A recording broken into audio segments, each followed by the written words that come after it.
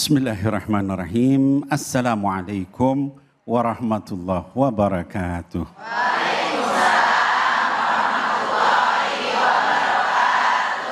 Alhamdulillah wassalatu wassalam ala sayyidina Rasulillah Sayyidina Muhammad ibni Abdillah wa ala alihi wa sahbihi wa mawalah.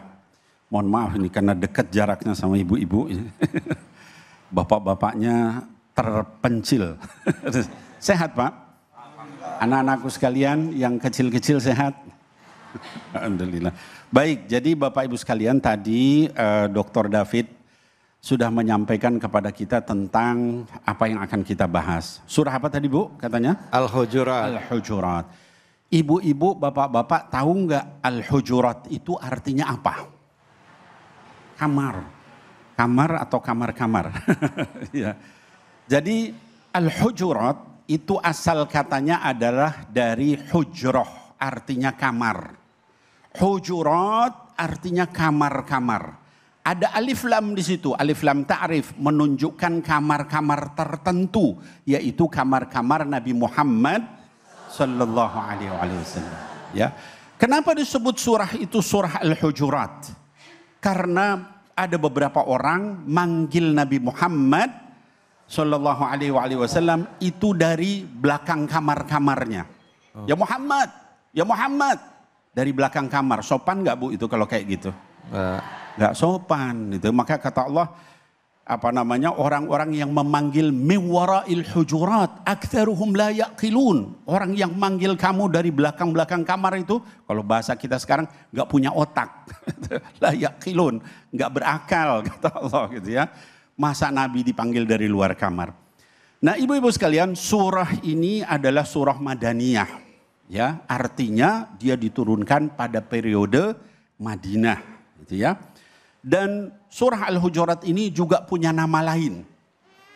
Dinamakan surah Al-Adab wal Akhlaq. Kenapa surah Al-Hujurat disebut begitu? Karena isinya semua adalah adab dan akhlak. Ayat pertama bicara adab dan akhlak kepada Nabi dan begitu seterusnya. Lalu kepada teman-teman saudara sama muslim. Lalu terhadap kelompok muslim. Lalu terhadap seluruh manusia. Itu makanya surah ini disebut surah Al-Adab wal Akhlaq. Saya ingin membacakan ayat yang akan kita bahas. Ya, surah Al-Hujurat ayat ke-9. A'udzu billahi minasyaitonir rajim. وَإِنْ طَائِفَتَانِ مِنَ الْمُؤْمِنِينَ اقْتَتَلُوا فَأَصْلِحُوا بَيْنَهُمَا فَإِنْ بَغَتْ إِحْدَاهُمَا عَلَى الْأُخْرَى فَقَاتِلُوا الَّتِي تَبْغِي حَتَّى تَفِيءَ إِلَى أَمْرِ اللَّهِ فَإِنْ فَاءَتْ فَأَصْلِحُوا بَيْنَهُمَا بِالْعَدْلِ وَأَقْسِطُوا Innallaha yuhibbul muqsitin. Shadaqallahul azim. Ibu-ibu sekalian, bapak-bapak sekalian dan juga para pemirsa Cahaya Hati dimanapun berada. Surah ini, ayat ini luar biasa. Ya, kata Allah wa in ta'ifatani minal mu'minina iqtatalu. Kalau kamu lihat ada dua kelompok kaum beriman bertengkar, berselisih, apalagi sampai berperang. Kata Allah fa aslihu bainahuma. Islahkan, damaikan, perbaiki hubungan keduanya. Jangan malah komporin. Ya, sering kita melihat kayak begitu. Di mana Bu? Di medsos ya Bu. Ada orang begini, iya tuh, dia memang begitu gitu kan. Dikomporin, akhirnya jadi makin perang. Akhirnya kemudian terjadi hal-hal yang akhirnya kerusakan, penjarahan, segala macam. Biasanya mulainya dari situ. Betul apa betul? Ya. Nah, kata Allah Subhanahu wa taala, islah di antara mereka. Fa in baghat ihdahuma 'alal ukhra, kalau sekelompok itu melawan, tidak mau islah, maka kata Allah Subhanahu wa taala di sini dikata faqatilu, perangi, lawan, paksa orang yang suka perang itu supaya akhirnya kemudian menjadi islah. Ya. Fa in fa'at fa aslihu bainahuma. Kalau sudah baik, udah menyerah kepada hukum Allah, maka kita hendaknya berhenti, ya. Jangan kemudian kita ikut kemudian menyiksa orang dan sebagainya. Ini ajaran Allah kepada kaum beriman.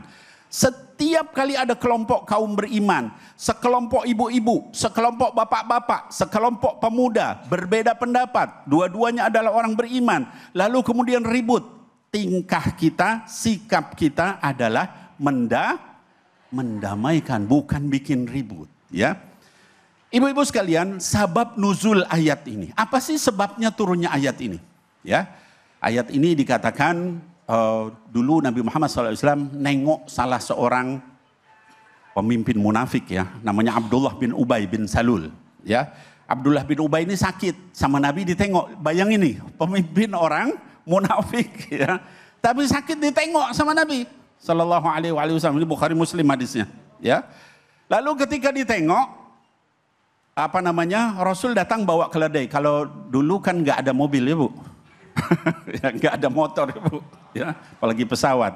Jadi pakainya keledai atau kuda atau unta. Namanya binatang kan pasti buang air, pipis, kan begitu kan? Ya. Ketika sampai di tempat Abdullah bin Ubay, Rasul lagi ngobrol, tiba-tiba keledainya pipis.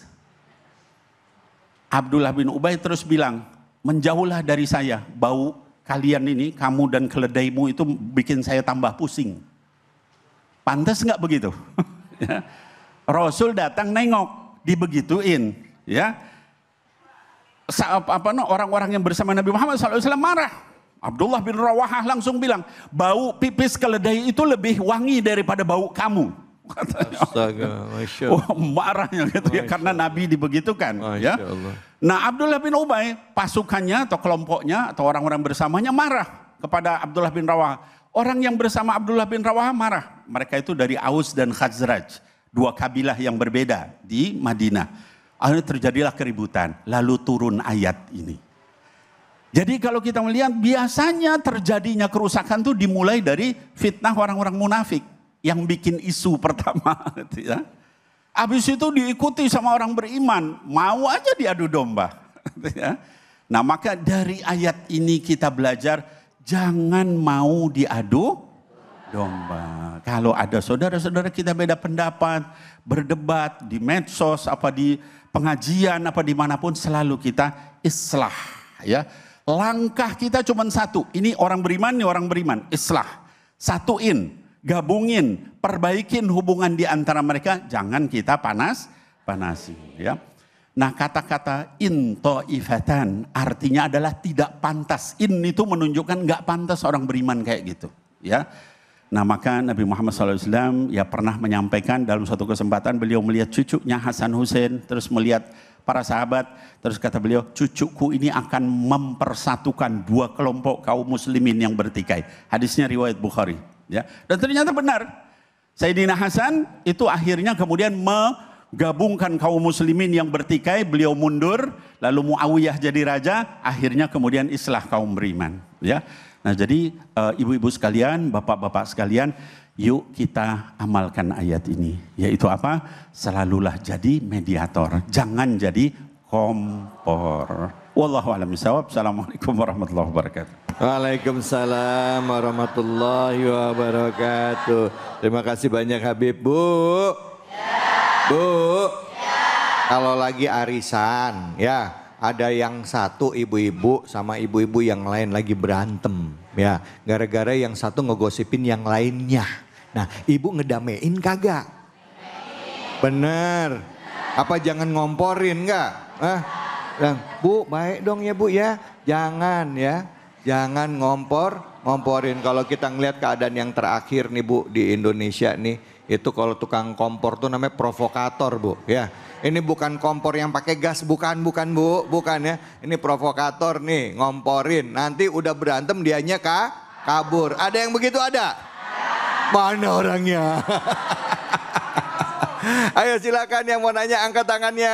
Masya Allah. Mana nih? Silakan Ibu. Nama dan pertanyaannya. Baik. Assalamualaikum warahmatullahi wabarakatuh. Waalaikumsalam warahmatullahi wabarakatuh. Saya dengan Ibu Rini dari Perumahan Kemang IV Graha Majelis Taklim Muhajirin. Ustadz, mohon maaf izin bertanya, bagaimana seharusnya sikap kita apabila melihat di tayangan-tayangan itu provokasi permusuhan antar kelompok sesuai perintah Allah dalam ayat ini. Terima kasih, itu aja. Assalamualaikum warahmatullahi wabarakatuh. Waalaikumsalam warahmatullahi wabarakatuh. Ini nggak cuma lihat ya Habibi, kadang-kala udah ngelihat ikutan nge-share lagi ya kan gitu. Kayaknya gitu. Silakan ya Habibi, fadhol. Iya baik. Ibu Rini yang bertanya dan juga mungkin mewakili ibu-ibu, bapak-bapak sekalian, baik yang di masjid ini maupun juga para penonton Cahaya Hati Indonesia dimanapun berada. Jadi kalau kita berhadapan dengan dunia media sosial, lalu ada hal seperti ini, terjadi perbedaan pendapat di medsos itu, kemudian terus terjadi keributan, pertengkaran, perdebatan, apa yang harus dilakukan sesuai ayat ini? Nomor satu dan yang paling utama adalah hendaknya tabayun. 2 ayat sebelum ayat yang tadi saya sebut, ayat ke-9, jadi ayat ke-6 ke-7-nya, itu kata Allah Subhanahu wa taala, wa in ja'akum fasiqun binaba'in fatabayyanu. Kalau ada orang fasik itu apa? Orang yang belum jelas. Ya, maka terus dia bawa kabar berita, di medsos kah, di macam-macam gitu ya, media atau misalnya perorangan langsung ketemu atau di satu kelompok, dia bawa satu berita belum jelas, maka tabayun dulu. Jadi langkah pertama kalau ada berita kita harus tabayun. Artinya apa? Check and recheck. Ini benar nggak? Jangan langsung tadi bahasanya Dr. David di-share. Wah, ini kayaknya berita penting, share gitu ya. Ini jempol bisa mengakibatkan kita masuk neraka kalau salah, ya. Dalam hadis Nabi kata baginda Rasul SAW, ada seorang mengucapkan satu kata lalu dilemparkan ke neraka jahanam dalam jarak 70 tahun lamanya. Allah. Satu kata. Kalau sekarang mungkin bukan kata dengan mulut tapi dengan jempol. Jadi hati-hati dengan jempol ini. Sebelum kita nge-like, nge-share apa, selalu check and recheck. Satu. Kedua, kalau belum jelas jangan ikut nge-share sampai jelas. Kalau misalnya sudah jelas, maka sikap kita gimana? Kita membela yang benar. Gitu ya. Beb, ternyata yang benar itu atau kebenaran itu dari kelompok yang bukan kelompok kita. Nggak ada urusan. Kebenaran itu harus diikuti. Al-haqqu ahaqqu ayyuttaba. Ya. Kebenaran itu lebih layak diikuti. Walaupun bukan dari kita. Biasakan kita itu berpihaknya bukan pada kelompok, bukan pada orang, bukan pada siapa yang bicara, tapi pada benar apa salah. Kalau semua kaum muslimin begitu, kira-kira ada nggak yang nge-share hoax? Enggak ada, karena semua orang pasti akan, oh ini nggak benar. Kamu siapapun yang ngomong, kalau kamu nggak benar, saya nggak akan ikut, gitu ya. Jadi pastikan dulu, lalu kemudian ikuti. Nah yang ketiga, kalau ternyata itu sudah jelas salah, maka kita nggak boleh ikut dan juga kita harus nasihati. Kalau kita mampu, kalau nggak suruh orang lain, ya nasihati itu nggak benar hoax. Setidaknya kita tulis itu, ini saya udah cek nggak benar, gitu ya. Kalau dia tetap nge-share begitu, maka kita nggak boleh kita mengikuti kata-kata orang itu. Mudah-mudahan nanti yang lain kemudian membuktikan dan sebagainya, akhirnya kemudian berita nggak benar itu tidak banyak yang nge-like, tidak banyak yang nge-share. Disitulah kita dapat pahala. Ya, jihadul lisan, jihad dengan lisan. Karena kita berjihad untuk mempertahankan yang benar, bukan yang tenar. Karena terkenal, di like aja, ini saya seneng ini orangnya, gitu ya. Artis anu atau ustadz anu, enggak. Kalau walaupun tenar, kalau salah jangan. Wallahu a'lam bishawab. Masya Allah. Beb, pertanyaan saya Beb, indikator benar dan salah itu dari mana? Kadang-kala saya merasa sudah benar gitu. Tapi kan kita nggak tahu kebenarannya lihatnya dari mana. Tapi nanti jawabnya ya Habibi. Ya, indikator kebenaran dalam menyebarkan atau misalnya menilai sebuah permasalahan itu tolok ukurnya apa? Ini sangat subjektif sekali gitu. Nah untuk itu kita akan nanti kaji lebih dalam terutama dengan Habib ya, Habib Nabil. Nanti setelah ini akan ada Habib Isa Alkaf yang akan melanjutkan ayat selanjutnya, nanti Habib Nabil akan kembali lagi. Tentunya hanya di sini di Cahaya Hati Indonesia.